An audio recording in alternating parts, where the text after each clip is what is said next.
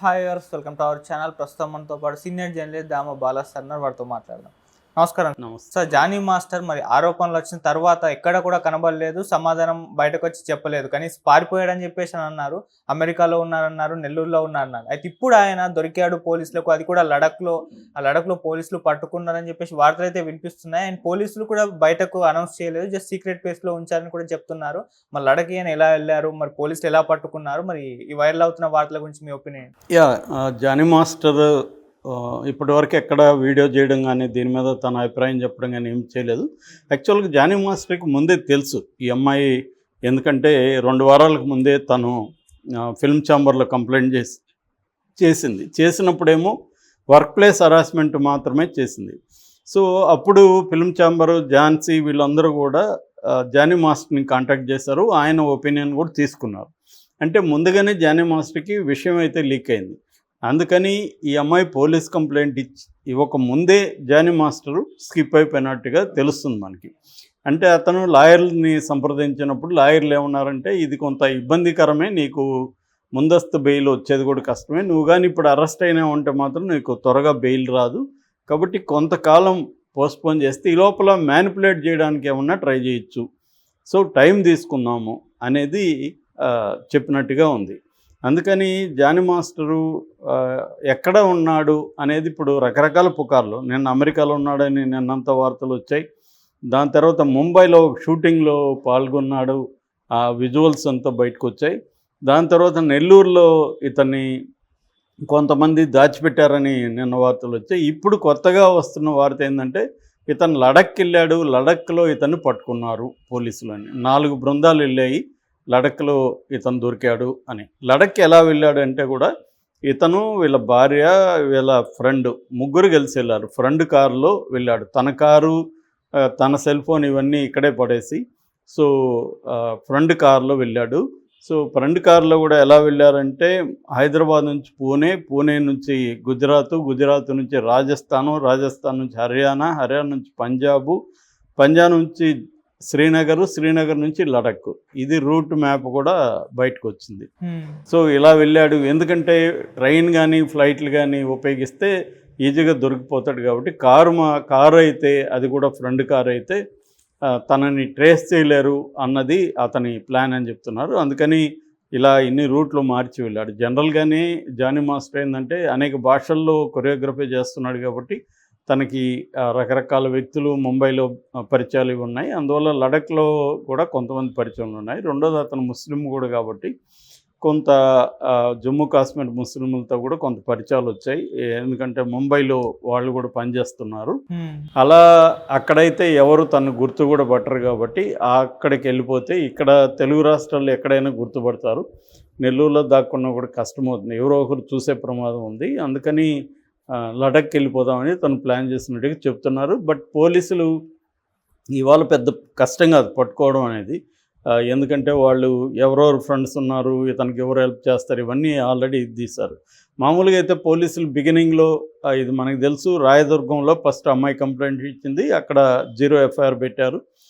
దాని తర్వాత 0 ఎఫ్ఐఆర్ని నార్సింగి పోలీసులకి ట్రాన్స్ఫర్ చేశారు. అక్కడ అది రెగ్యులర్ ఎఫ్ఐఆర్ చేశారు. ఎఫ్ఐఆర్ చేసినాక ఆ అమ్మాయిని కాంటాక్ట్ చేశారు. ఆ అమ్మాయి వాంగ్మూలాల్ని డీటెయిల్గా తీసుకున్నప్పుడు వాళ్ళు బిగినింగ్లో పెట్టిన సెక్షన్లు ఏంటంటే 376 రేప్ కేసు, 506 క్రిమినల్ ఇంటిమిడేషన్ అంటే బెదిరింపులు అనమాట, క్రిమినల్ బెదిరింపులు. మూడో సెక్షన్ 323(2) అది వచ్చి కాజింగ్ హర్ట్ అంటారు, గాయపరచడం. దీంతోపాటు తర్వాత పోష్ అని ఒక యాక్ట్ని చేర్చారు, 2023 యాక్ట్. పోష్ అంటే prevention of sexual harassment in work place అనమాట. వర్క్ ప్లేస్లో సెక్సువల్ హరాస్మెంట్ని ప్రివెంట్ చేయడం, ప్రొహిబిట్ చేయడం, రెడ్రెసల్, ఈ 3 కలిసి ఉంటాయి. ఇది 2013 యాక్ట్, 23 అన్న 13 యాక్టు. సో ఇది పెట్టారు. లేటెస్ట్గా ఏంటంటే ఈ అమ్మాయితో డీటెయిల్గా పోలీసులు మాట్లాడినప్పుడు ఈ అమ్మాయి చెప్పింది ఏంటంటే, తనకిప్పుడు 21 ఏళ్ళ వయసు. తను 2017లో ఫస్ట్ డీలో ఒక డ్యాన్స్ ప్రోగ్రామ్ పార్టిసిపేట్ చేసింది. ఆ తర్వాత వీళ్ళ టీం, జానీ టీం కాంటాక్ట్ చేసిన అమ్మాయిని, ఇలాగ జానీ టీంలో చేరతావా అని అడిగారు. 2019 నుంచి నేను జానీ మాస్టర్ టీంలో పనిచేస్తున్నాను. సో 2019లోనే నన్ను ముంబై తీసుకెళ్ళాడు. అక్కడ ఏదో ప్రోగ్రామ్ అని చెప్పి అక్కడే నన్ను సెక్సువల్గా బలాత్కారం చేసి నాతో చేశాడు అనేది ఆ అమ్మాయి ఆరోపించింది. అంటే ఇప్పుడు 2024లో అమ్మాయికి 21 అయినప్పుడు 29 అంటే 19 అంటే 5 ఇయర్స్ ముందు ఆ అమ్మాయి వయసు 16 అవుతుంది. సో 16 ఇయర్స్లోనే అతను ఈమెని లైంగికంగా కలిశాడనేది ఇప్పుడు ఆ అమ్మాయి వాంగ్మూలంలో తెలిసింది. సో 16 అంటే ఖచ్చితంగా మైనర్ కిందకు వస్తుంది. 18 వరకు మన దేశంలో సెక్సువల్ ఏజ్ని ఫిమేల్కి 18, ఫిమేల్కైనా మేల్కైనా 18 ఉంది. సో అందుకని 18 లోపల అబ్బాయి అయినా అమ్మాయి అయినా ఎవరితో అయినా కూడా 18 లోపల కానీ ఎవరు వాళ్ళతో లైంగికంగా కలిసిన అది నేరం కిందకు వస్తుంది. రెండవది ఇది రేపు. ఆమె వాలంటరీగా కూడా ఆమె కలిశానని చెప్పట్లేదు. నన్ను భయభ్రాంతాలు చేసి బెదిరించి నన్ను రేప్ చేశాడని చెప్తుంది. సో రేప్ కిందకు వచ్చింది కాబట్టి పోక్సో అనే చట్టం ఉంది. పోక్సో అంటే protection of children from sexual offences. దీన్ని పోక్సో అంటారు. ఇది 2012లో వచ్చింది. తర్వాత 2019లో అమెండ్మెంట్ కూడా జరిగింది. ఈ చట్టం అనేది రిగరస్ చట్టం. ఇదేంటంటే త్వరగా బెయిల్ రాదు, కేసు త్వరగా శీఘ్రంగా కేసుకు ట్రయల్కి వెళ్ళిపోతుంది. తర్వాత దీంట్లో రేపుగానే అయితే మాత్రం 20 ఏళ్ళు మినిమమే, అంతకంటే తక్కువ శిక్ష పడదు. మామూలుగా కలిస్తే 10 ఏళ్ళు, కానీ బలాత్కారంగా చేస్తే మాత్రం మినిమం 20 ఏళ్ళ శిక్ష, మ్యాక్సిమం లైఫ్ పడచ్చు. రేర్ కండిషన్లో డెత్ పనిష్మెంట్ కూడా ఉందన్నమాట. మరణశిక్ష కూడా పడే అవకాశం ఉంది పోక్సోలో. అంత రిగరస్ చట్టం అది. సో ఇప్పుడు ఆ పోక్సోని ఇతని మీద పెట్టారు. సో ఇప్పుడు నేను ఆ అమ్మాయి ఇష్టపూర్వకంగానే కలిశాననే దానికి కూడా ఇక్కడ ఏమీ లేదు. ఎందుకంటే ఇష్టపూర్వకంగా కలిసినా కూడా అది నేరం కిందకే వస్తుంది 18 ఏళ్ళ లోపల. మామూలుగా అయితే 16 ఏళ్ళు చేయమని అనేక హైకోర్టులు సెంట్రల్ గవర్నమెంట్ని అడుగుతున్నాయి. ఎందుకంటే 16 ఏళ్ళ అమ్మాయిలు 18 ఏళ్ళ అబ్బాయిల్ని సెడ్యూస్ చేస్తున్నారు. దాని తర్వాత వాళ్ళు ఇంట్లో తెలిసి దీన్ని పోక్సో కింద పెట్టేస్తున్నారు.